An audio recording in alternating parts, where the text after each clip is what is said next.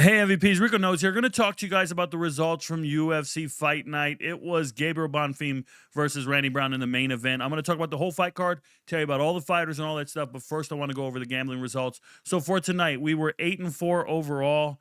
Sometimes, those are just picks and not really bets. If we can talk about the bets in themselves up here, we hit 2 out of 2 on the value bets. It's pretty awesome stuff. Shout out to me going 50% on the value bets. That means if you put 1 unit on every single underdog that I took tonight, you'd be in really good shape. Shout out to you guys who did it. You're probably feeling pretty good right now. On the leans, we hit 1, 2, 3, 4. We went 4 and 2 on leans. Tough place to be because some people parlay those. I like those all straight across. I don't parlay anything, right? And then the money line, the locks. We went undefeated on the locks. You can see it here. Money line locks were 2 of them. And then we hit props, buy points, go the distance, and not go the distance. So all the locks hit, the lock parlay hit, all lock money lines, all lock props hit. Shout out to us. We also hit 2 more prop leans, and those were the over rounds. They hit back to back. This is important because this is like one of the most successful things I've hit as far as leans go. This improved all the percentages across the board. Everything improved. Rico Knows best play, which was the main event. Gabriel Bonfim ends up winning the fight. Parlays improved. We went 1-0 on that. And then props overall, we went 1, 2, 3, 4, 5 props, if you will. So props down here, we went 5-0. Really, really good spot to be in. Shout out to you guys. It was an amazing night, especially because UFC is one of those things we do year round, and I just feel really good about it, okay? By the way, football started the day 17-2 on the money line. Told you guys, law of averages come back to bite you. Some of you didn't listen. You kept betting. Get the fuck out, man. Make your money and get out. Shout out to you. Shout out to you guys who won on the early slate. But let's talk about these fights. Early prelim fight. Zachary Reese versus Jackson McVeigh. It was a fight on short notice. I didn't even talk about this in the early video. It was on the card, but I didn't talk about it. And I was on Zachary Reese to win this fight. Now, I actually thought Zachary Reese would win by submission because that's how he wins. And what did he do? He won by submission. What do we know about these two fighters? Zachary Reese is not a good fighter. He's not. He's a big guy. He does hit hard. He does have jiu-jitsu, but he's not a good fighter. He's not defensively responsible, terrible with managing his height and angles, and everything that he has. He should have an advantage because of his height, because of his reach, because of his limbs. He doesn't do any of that stuff. He's in the clinch the whole damn time, which is silly. And he's in close quarters. He just doesn't do anything right. So we'll never believe in Zachary Reese as a fighter, but he takes fights on short notice. He comes to bang. He's going to give it his best effort. I would probably start leaning towards Zachary Reese not to go the distance every single chance you get.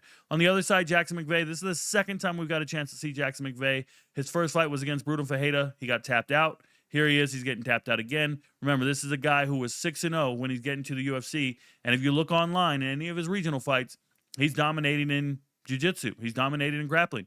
But when you watch him in the UFC, he's absolutely terrible at jiu-jitsu. He's terrible at grappling. He doesn't have the cardio to do it. Like, you might want to go down there and start rolling and all this shit. No, man. He doesn't have the cardio to fight like that. So he's exhausted, and he's going to quit, and that's exactly what we saw. I'll never believe in Jackson McVeigh. I hope he gets cut real soon because that's not a UFC caliber fighter. Whoever he fights next, we're probably fading him. Shout out to him. Vegas does like him, by the way. They like him. On a short notice, they still gave him a plus 200. They like him because he should have been a plus 400 by the way he's looked lately. Next fight, Miles Johns against Daniel Marcos. Miles Johns on the take, bro. He's on the take. This guy came out here to wrestle and got out-wrestled in every which way. You want to talk about a guy just out there not doing anything fundamentally right? It's embarrassing. This guy was reaching behind him. Look, guys, I wrestled in high school. I was a martial arts expert as an adult. In high school, I learned you don't reach behind you. You don't. You get wrist control, hip away. When you're trying to escape, right? When we start neutral positions or we start on bottom, if I'm trying to get away, we hip away. Wrist control, hip away. This guy is not doing that. And they tell me he's a wrestler. So what the fuck is he doing? He's just reaching behind him like an idiot? Fundamentally terrible. This is the second week in a row I've seen a fundamentally terrible fighter. And you're supposed to have an advantage in wrestling. And Daniel Marcos out-wrestles you. It's crazy. Daniel Marcos is not a good fighter. And he's still 18-1 and he's winning. I'd love to know who he's fighting next. We're fading the fuck out of this guy. He's just not a good fighter. Miles Johns, you embarrassed yourself out here. You got controlled. You got taken down. You got subbed by a dude who doesn't sub anyone. I don't know. How many fights has Daniel Marcos won by sub? How many? Full profile. Let's go find out right now because this shit's going to bug me. First sub of his life. First victory by sub in his entire life was on Miles Johnson, a guy who's only lost 5 times in his entire life. Has he ever been subbed? He's been subbed twice now. Who else subbed him? Who the fuck knows? But Matsumoto couldn't sub him. Matsumoto's a Brazilian. Lima couldn't sub him. Cody Gibson couldn't sub him. This is crazy, dude. Just screams corruption to me. Motherfucking late. Sorry as shit. Next fight, Denise Gomes and Tisha Pennington.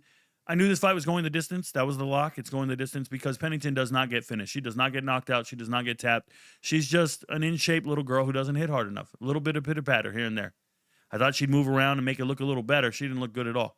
She just has a power deficiency here. Denise Gomes, why'd they give her a black belt? I'll never know. But Denise Gomes is strong. She's going to go out there and bang. She's going to move you. She shot 10 takedowns in this fight. 10 takedowns. That's a bit much and only landing 3. But it's Tisha Torres. And if you're going to be fighting fighters like Tisha Pennington or Tisha Torres, and you're going to be moving up the ranks and fight better fighters, I got to fade you, Denise Gomes. I just have to. You won 30-27. I wasn't impressed. You should be putting, especially as a young kid, you're like 25 years old, you should be putting these little old ladies out. Pennington is a pro. She's always in shape. She's good to fight for 3 rounds. She doesn't get finished, so every single fight she's in, we're always going to take it, go the distance. Don't care what the odds are. You can parlay it with something you believe in. Shout out to both of them. Next fight, Josh Hookett versus Mac. I don't know what Mac's last name is. Jimenez? Mac Jimenez. He's got a small penis. Dude came out here, was slow. He's huge. He was slow, kind of lumbering around. Got put to sleep, knocked the fuck out in an instant. Josh Hookett wins this fight in less than a minute. He's just an explosive athlete. He can close the distance. He's going to miss on his first strike, but he will land his next 2 or 3 before you ever throw another one because he is fast. Now, I wish he would get his cardio together. I wish he would get his fitness together and go fight at 205. But because he's 220 pounds and just wants to fight heavyweights, he's going to have a real advantage against other heavyweights. For sure. He hits hard enough to crack you. He hits hard enough to put you down. And then he's just fast enough and athletic enough to win everything. So, Hookett, they're going to make you pay for him. It's going to be tough, but he wasn't a lock this time around because I didn't know who the fuck this Max Jimenez dude is. But, yeah. Oh, by the way, I still don't know who Max Jimenez is. I don't. I saw him fight for less than a minute. Don't know him at all, bro. Don't know. I've had longer conversations with random strangers at the dollar store. Like, I don't know this dude. Okay? Shout out to Josh Hookett. He's a beast. Next fight, a lock of the night. Cavalcante's going to score points, and it's going to be no problem. Supposedly, she lost the round. I don't know what round she lost. One of the scorecards says 29-28. That doesn't sound right. She was 30-27 the whole time. Cavalcante was smooth, moving, doing what she wanted to do, couldn't get taken down. Mayra Buena Silva looks absolutely terrible. I think she lost her birth certificate. This woman, if she's only 30, what do they say, 36? That's a hard 36, bro. She's been smoking packs of Marlboro Reds her whole life, and she's been on the streets. She's a little strung out. You ever seen them girls get arrested over and over and over? I watched First 48, bro. She's one of them. She's worn the hell out. She lost her birth certificate. This ain't a real fighter. She's absolutely gross. And Cavalcante, what a beast, right? She's big. She's athletic. She's really big for the division and strong. The problem is she just doesn't really trust herself. She doesn't have that confidence. She's not going in there to whoop people's ass. She's going in there to win fights. I don't like that. There's a huge difference. She's playing the point system. She wants to win the round, score some points, get some hits in. I don't like that caliber of fighter. You don't have the mean streak I'm looking for. You're not out there to thug rose anybody, but you're just kind of scoring. I call it the GSP way of fighting. I don't like it. You're sporting it. And it's fine. It's winning. And we picked her to win by points. She doesn't ever knock anyone out, so we're going to judges every time. And see, judges, they won't like you for one of these rounds, which is crazy. Mayra Buena Silva, fade this hoe hard. Vegas, for whatever reason, just keeps believing in her. They're giving her these favorable odds like this. This is favorable because this bitch sucks. She got no fighting ability whatsoever. She went out there. She looked like she was barely awake. She walked out to Sam Smith, bro. The Brazilian version of Sam Smith. Some shit that puts me to sleep. It's ridiculous. Next fight, told you Barcelos is a dog. These are good fighters. I trust Ricky Simone. I know he's good. He wants to go bang. He does not have the cardio to really implement his will in that third round. He doesn't have that. He doesn't have that juice that he needs to do. He's not after it, man. He don't got it. Now, he's a good fighter. He's a good wrestler. He's a good striker. But Barcelos is a guy I can trust. He's got that mean streak. He's really about that life. He's just an older dude, but he's banging. He's on a good win streak. He's fighting guys. I wonder who he fights next, but he's somebody you can believe in and trust. You just know he's going to do this thing.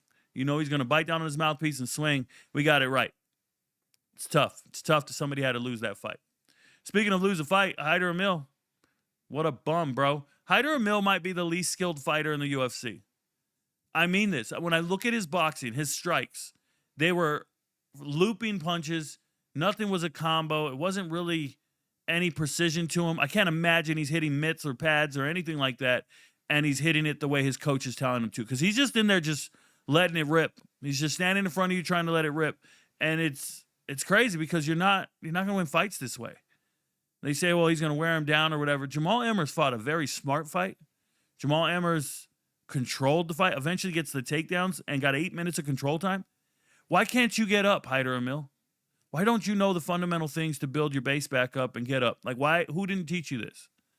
Oh, you're exhausted now? Now you can't get up? Dude, it's crazy. Jamal Emmers masterclass this dude. Jamal Emmers is actually smart, fought well, made smart decisions, conserved energy, and just it left no doubt in your mind who won this fight. It's crazy. No doubt in your mind. Jamal Emmers. That's the dude right there. As a matter of fact, I want you guys to know they gave that a 10-8 round. That's what this is. 29-27 is a 10-8 round for Jamal Emmers. Okay, so he only won 2 rounds on that, but they gave him 10-8. Hyder Emil, what a bum. He's just going to go out there and just put his face in people? He's going to put his face in front of your face and just let you beat it up? Fucking terrible, man. Terrible. Hey, my proudest moment. Proudest moment. I promise you, this is my proudest moment. Fuck all the locks, right? We got the locks right. This one right here. Because Marco Tulio hadn't lost a fight in a decade. Hadn't lost a fight in 10 years. Marco Tulio's knocking everybody out. Everybody on the internet, bro, go watch all those prediction shows that are free. Go watch them all. All those dudes on the internet saying Marco Tulio's knocking out Christian Leroy Duncan. And I'm just like, what are we watching? Are we watching a different fight? Are we watching different athletes? Because I'm watching a dude who took 2 rounds to knock out Trayshawn Gore. I'm watching a guy who beat up Eor Patorio. Those aren't real fighters. Christian Leroy Duncan came out looking like motherfucking Batman, bro. He was flying around everywhere. He pissed me off. He was doing spinning attacks I didn't want him to do. He was out wrestling Tulio. I thought there was going to be a huge issue here because he can't wrestle. We've seen him get taken down. This is his only loss that I've seen is when he got taken down and he couldn't get back up. Well, dude, he'll get back up on anybody. He'll get back up on anybody. This dude is real. He was a gangster out there, man. He was incredible. The most impressive performance I've seen, and I'm glad I picked him. I just know he's a good striker, can move around and bang and hit, and then he knocks out Tulio. Tulio's still asleep right now. Tulio's dreaming about that big booty he's married to. I don't care. Or his girlfriend. Whatever, dude. Shout out to CLD. Christian Leroy Duncan doing his damn thing, making us proud. Awesome. Next fight. My God, does his head look big? He looks like a predator, bro. Chris Padilla against Ishmael Bonfim. Let's talk about Chris Padilla first. Chris Padilla wins this fight by TKO in the second round. I told you guys Chris Padilla is a limited athlete. And I can see it in the cage where he doesn't pop off the page. Like he doesn't pop on tape. He doesn't punch all that hard. He doesn't really get takedowns. But he is a good grappler. He's a competent grappler. And he strikes decent enough. But it's not like he's going to win you the fight with those abilities. So if he fights another exceptional athlete, he's in trouble. Now, Ishmael Bonfim, obviously I picked him earlier in the week before the weigh-in. When you see a weigh-in and a fighter doesn't make weight, I was talking to Kim about this the other day. When a fighter doesn't make weight, why is it such a big deal? Well, number one, at these lighter weight classes, it could be you have a higher percentage of your body weight now, so you can be a weight bully, so you can beat people. It's not a big deal if you're 208 at 205. Like, that's not it's not even a real percentage of your body weight, right? It's not a big deal. It's less than 3% of your body weight. But when you're 135 and you're missing weight by 5 pounds, now that's something different. When you're 155 and you're missing weight by 6 pounds, please understand that that's a substantial amount of body weight. That's much bigger deal than 6 pounds at heavyweight or 6 pounds at light heavyweight, okay? So that's a concern. Maybe you're going to get weight bullied. But the bigger concern, and something I talk about, is if you're not in shape, you can't work out long enough to lose weight. Everybody in the world wants to lose weight. Everybody says, I'm gonna go lose weight. And look at me, man. I lost 40 pounds in the last 8 months now. And what I noticed when I started this journey to lose weight was I can't even work out long enough to burn fat. I can't even work out long enough to get in shape, my desired state. I remember this. I got on a treadmill to run, and after half a mile, which was essentially 4 minutes, I was exhausted. I had to start walking. Well, you're not burning anything in 4 minutes. You're tired. You need to get on your cardiovascular going, but you're not getting anything done in 4 minutes. They tell you you're going to burn everything in your stomach for the first 15 minutes. Everything after the first 15 minutes, now you're in a calorie deficit. Now you're in SECO. Now you're in ketosis. Now you're in there working out. So I had to build up and get in shape to be able to get in shape. That's important.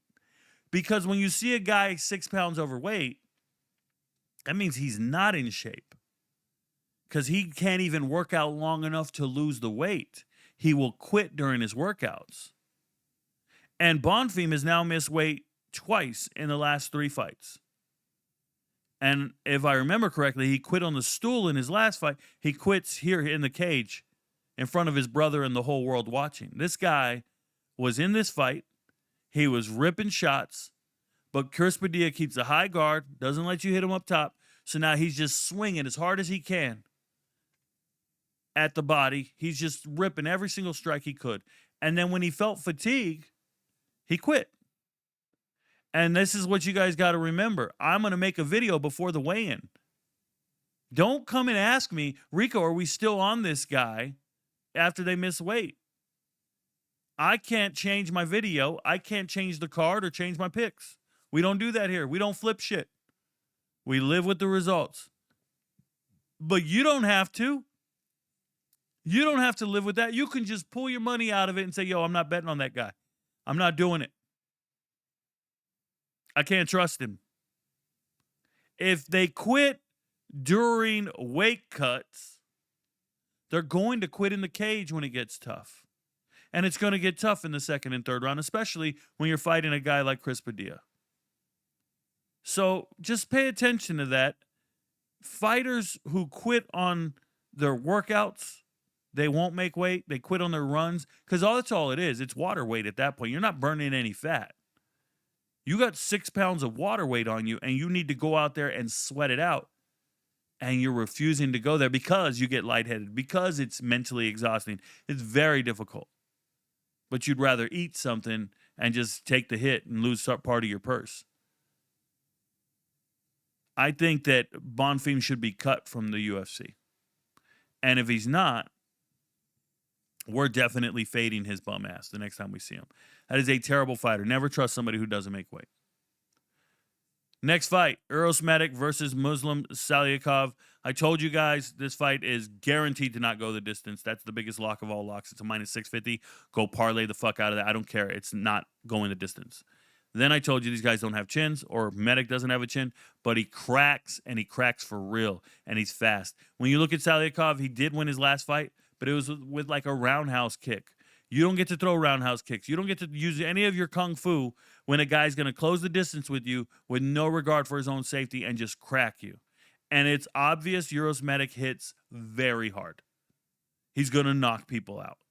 And the UFC is going to want to see him knock people out, so they're going to keep giving him fights where it's going to be a stand-up fight. They know what sells. There's a reason this fight was was up here. I thought it was the co-main event. Was the third to the last fight on the card. They want to see knockouts. Uros Medic's going to give you knockouts. He's never been to a judge's scorecard. He does not defend himself well. He goes to bang, and he beat up an old man. And Muslim Saliakov's a tough son of a bitch. And he still cracked him like it was nothing.